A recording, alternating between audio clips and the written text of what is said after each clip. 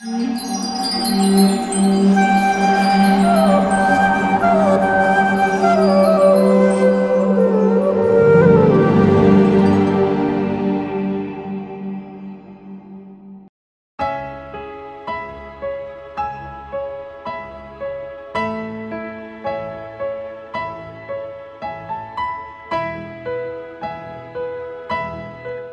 Krishna.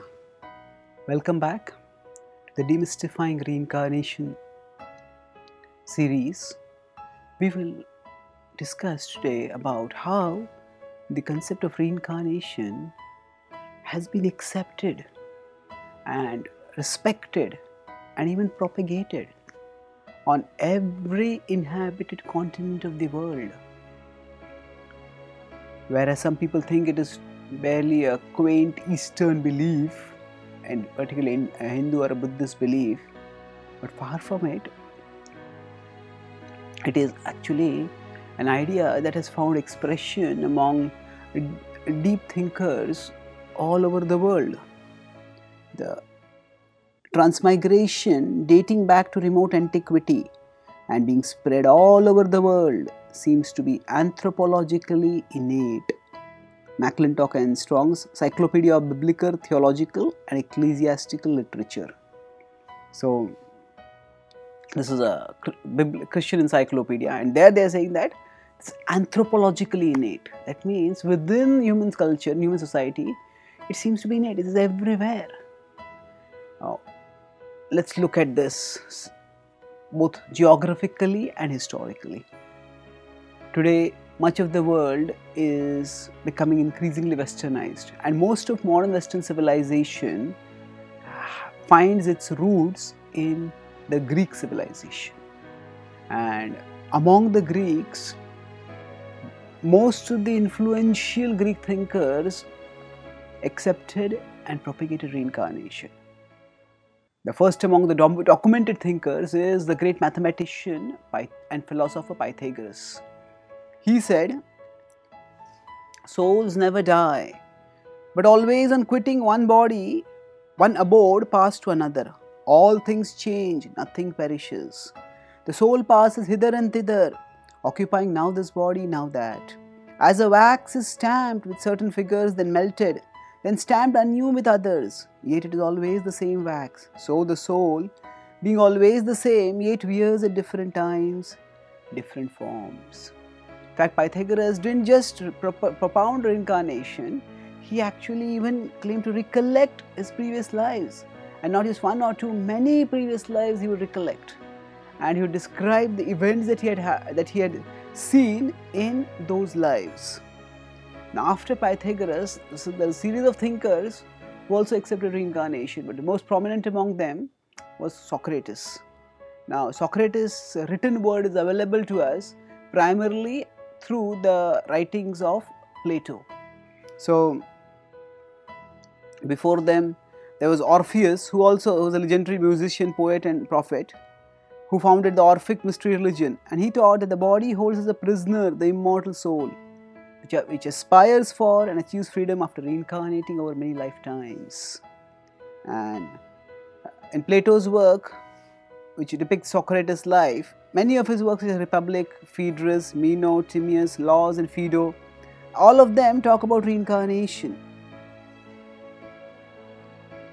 For example, in Plato's Phaedo it is said, I am confident that there is truly such a thing as living again, that the living spring from the dead and the souls of the dead are in existence.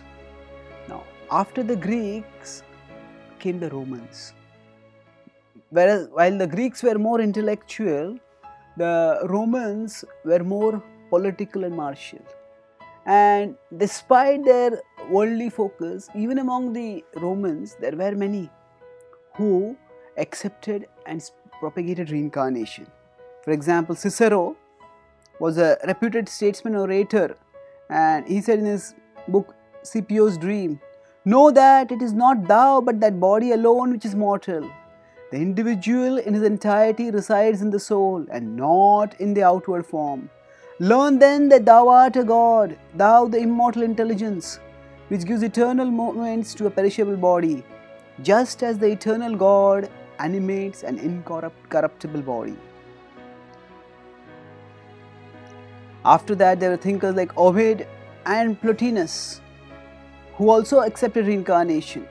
So Ovid, who was a poet, said, "Nothing perishes, although everything changes here on earth. The souls come and go unendingly in visible forms. The animals which have acquired goodness will take upon them human form." Plotinus was a Roman philosopher who was also the leading representative of Neoplatonism. Such things as happen to the good without justice, as punishments or poverty or disease, may be said to take place through offences committed in a former life. And in this Platonic academy, reincarnation continued to be taught till the last successor, Demystifying, who taught till 529 AD, starting from over 1,000 years before and even before that. And at that time, it was the Christian Emperor Justinian who persecuted Demystifying, and then after that, under the influence of the Roman Empire, which had become Christianized, reincarnation teachings went underground. Now, if we look at the European civilization, even apart from the Greeks, there have been many others. For example, there were the Druids, and they were the members of the priestly class in northwestern Europe. And so strong was the belief in reincarnation among them that many times they would often, in the British Museum, so it is said by Arthur Manley Hall in his book The Reincarnation, The Cycle of Necessity, that in the British Museum are receipts and other Druidic legal remains, proving that it was not uncommon for these men to borrow money on their promise to repay it in a future existence.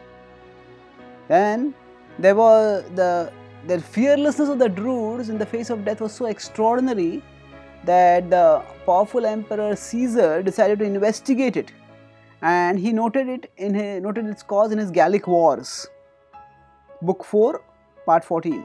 They wish to inculcate this as one of their leading tenets, that souls do not become extinct but pass after death from one body to another, and they think that men by this tenet are in a great degree excited to valor, the fear of death being disregarded. Now, another ancient civilization, whereas the Greek civilization doesn't exist so much now, let's consider another civilization, the Chinese civilization. And Chinese had eloquent proponents of reincarnation right from hoary antiquity in classic and pre-classic times. So, in the 6th century BCE, Lao Tse, the great Chinese writer of the classic Tao Te Ching and considered the founder of Taoism, he taught that to be ignorant that the true self is immortal is to remain in a grievous state of error and to experience many calamities by reason thereof. Similarly, Chuang-Tzu, an influential Chinese intellectual who lived around 4th century BC, wrote, "Birth is not a beginning, death is not the end." Now, if we move forwards, Po Chu-wan, the reputed 8th century Chinese intellectual and poet of the Tang dynasty, stated, "After I depart, I cast no look behind, still wed to life, I am still free from care. Since life and death in cycles come and go, of little moment are the days to spare. Thus strong in faith I wait and long to be one with the pulsings of eternality." After the Chinese civilization, let's move down now to the African civilization. So, English anthropologist Sir Edward Tylor, in his book Primitive Culture, described the Yorubas, who are one of the largest ethnic groups in West Africa. Greeting a newborn infant with a salutation, "Thou art come," they look for signs to show what ancestral soul has returned among them. Similarly, Ghanaian researcher K.K. Brakatu Ateko wrote in the Canadian Theosophist, Jan-Feb 1962, about North African outlooks. So, from West Africa, we can look at North Africa. That was not looked upon as an enemy to be feared and propitiated. If one died, he was believed to have been born on the other side of the veil, and vice versa in the case of birth in our world. Similarly, Researcher E.J. Parinder wrote in the Hibbert Journal under the title Varieties of Belief in Reincarnation. In tropical Africa, belief in rebirth is deeply enrooted. Now, if we move from African civilization now to Australian civilization, we can find over there that Baldwin Spencer and F.J. Gillen state in northern tribes of Central Australia, in every tribe without exception there exists a firm belief in the reincarnation of ancestors. Emphasis must be laid on the fact that this belief is not confined to tribes such as the Arunta, Waramunga, Binbiga, Anula and others, amongst whom descent is counted on the male line, but is found just as strongly developed in the Uravanna tribe, in which descent, both of class and totem, is strictly maternal. Similarly, J.G. Fraser, in his book The Belief in Immortality and the Worship of the Dead, he states, belief in the rebirth of or reincarnation of the dead was formerly universal among the Australian Aborigines. Now, if we move onwards from there to the American Indians. So, in his book The Soul of the Indian, researcher Charles Eastman wrote, many of the Indians of the United States believed that one may be born more than once, and there were some who claimed to have full knowledge of a former incarnation. And Daniel G. Brinton in The Myths of a New World states that reincarnation was in fact one of the most deeply rooted and widespread convictions, especially among the tribes of the eastern United States. It is indissolubly connected with their highest theories of a future life, their burial ceremonies and their modes of expression. So like that, we can see across history and geography, this is a small sample. There are encyclopedic books which talk about reincarnation in world thought. But after this sampling, let's move towards the times which are most relevant for us, the modern times. There have been eminent thinkers who have accepted and propagated reincarnation. Let's look at few of them. We have Ralph Waldo Emerson, who is considered by many one of the greatest thinkers whose thoughts led to the intellectual fabric of modern America. He wrote in Journals of Ralph Waldo Emerson, the soul comes from without into the human body as into a temporary abode, and it goes out of it anew. It passes into other habitations, for the soul is immortal. Similarly, Jack London says in The Star Rover, I did not begin when I was born, nor when I was conceived. I have been growing, developing, through incalculable myriads of millenniums. All my previous selves have their voices, echoes, promptings in me. Oh, incalculable times again shall I be born. Similarly, Nobel laureate Isaac Bashevis Singer, in Stories from Behind the Stove, states, there is no death. How can there be death if everything is part of the Godhead? The soul never dies and the body is never really alive. Nobel laureate Hermann Hesse in Siddhartha states that he saw all these forms and faces in 1,000 relationships, becoming newly born. Each one was mortal, a passionate, painful example of all that is transitory. Yet none of them died. They only changed, were always reborn, continually had a new face, only time stood between one face and another. Richard Bach also says in Jonathan Livingston Seagull, do you have any idea how many lives we must have gone through before we even got the first idea that there is more to life than eating or fighting or power in the flock? 1,000 lives, John, 10,000. We choose our next world through what we learn in this one. But you, John, learned so much at one time that you didn't have to go through 1,000 lives to reach this one. Similarly, the prominent Russian thinker Count Leo Tolstoy said, as we live through thousands of dreams in our present life, so is our present life only one of many thousands of such lives which we enter from the other more real life and then return after death. Our life is but one of the dreams of that more real life, and so it is endlessly until the very last one, the very real, the life of God. Now, this is just a brief sample. Let's now look at how the idea of reincarnation has been considered in the major religions of the world. And we'll look at broadly 5 religions, out of which we look first at 4 and then one we'll look and elaborate. So there are the 3 Abrahamic religions which come from Abraham as one of their founding prophets, that is Judaism, Christianity and Islam. And then there are what are called the Dharmic religions, there is Buddhism and there is Hinduism. So generally reincarnation is accepted in the Dharmic religions, but we will look at Buddhism also before we go into the Vedic texts more in detail. Let's start with the Abrahamic religions. Now among them Judaism is the oldest. So Moses gave the 10 commandments and then the Jews accept the Old Testament as their sacred text. And in general among the Jews the emphasis has been on living well in this world, with the idea that knowledge about the other world is not so easy to know. So one needn't agonize over that. So the Hebrew Bible or the Old Testament is in this mood. It is actually silent about reincarnation. It doesn't explicitly proclaim it, nor does it explicitly deny it. But there is a mystical side of Judaism which is known as the Kabbalah, and it helps seekers to cautiously fathom those mysteries which are unknowable by ordinary ways.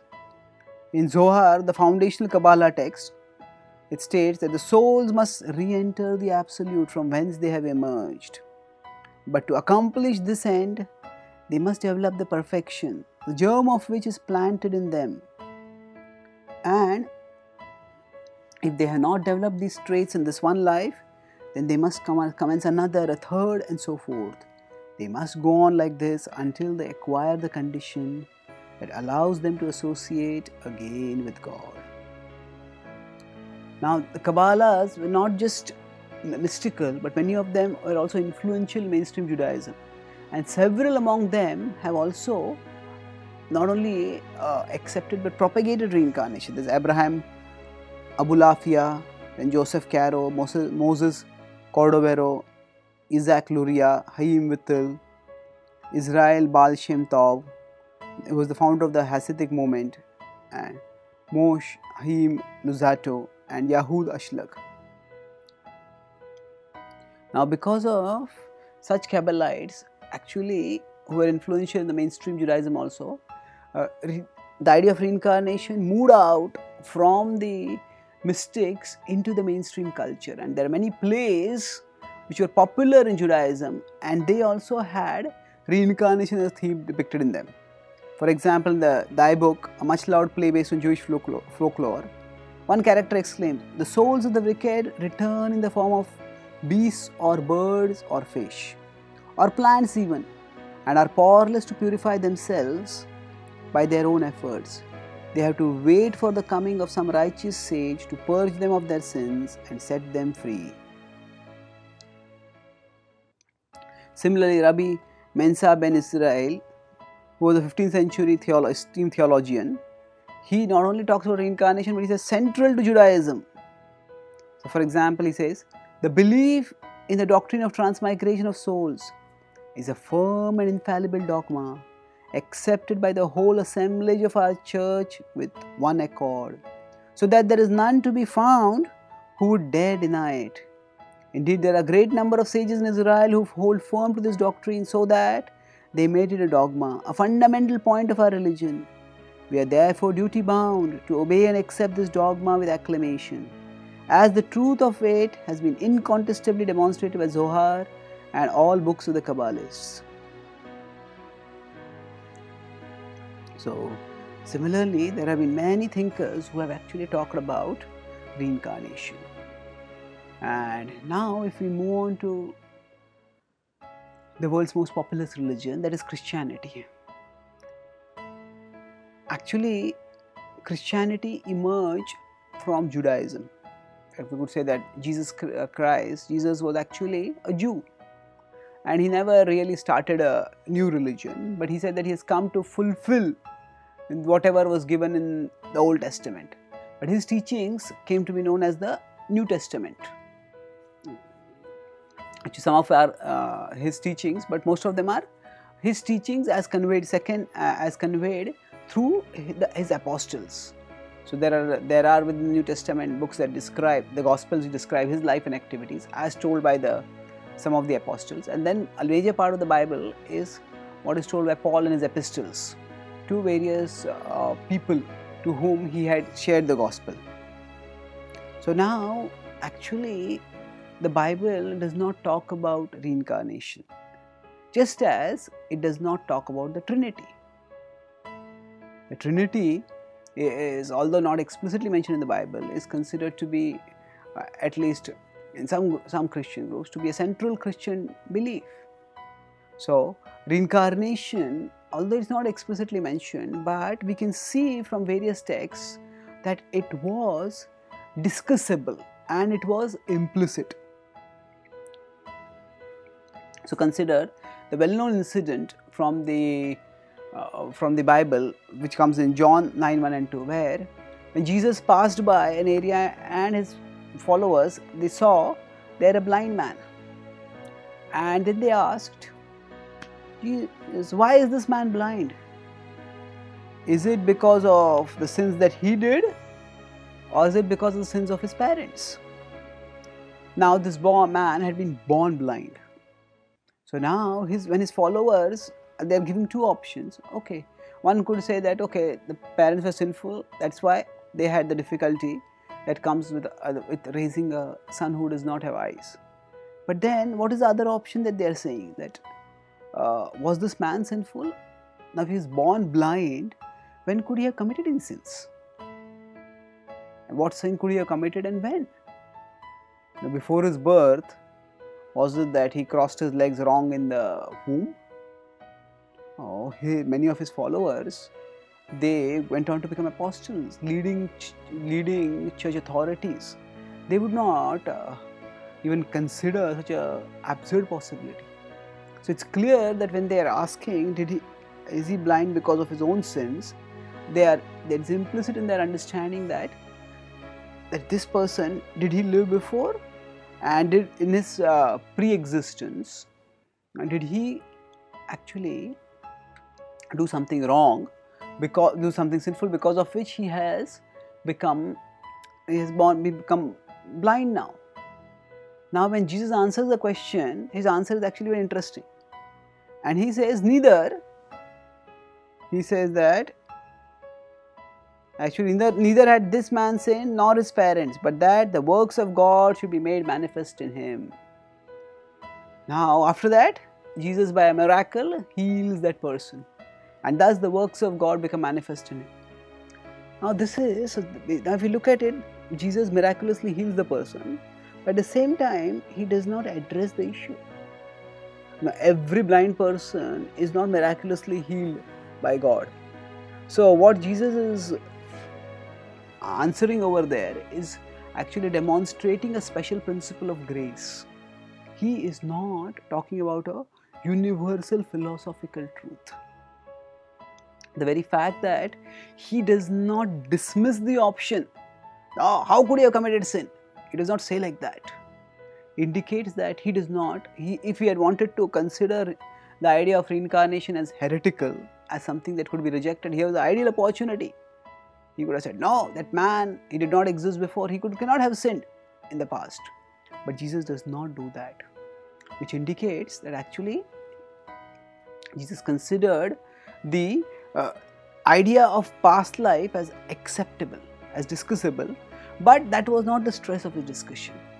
And there are many prophets also whose reincarnation is talked about in Christianity. Actually, in the Bible, Christianity is reconcilable with the Bible. Reincarnation is reconcilable with the Bible. But subsequently and unfortunately, the idea of reincarnation was exiled from Christianity.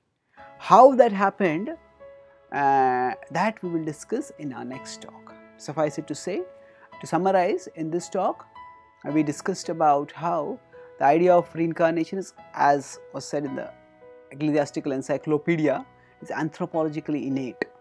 Right, from the Greek and the pre-Greek civilization, the post-Greek Romans, the Chinese, the African, the Australian, the American, everywhere people have believed in reincarnation. and not just believed but eloquently articulated their understanding of reincarnation.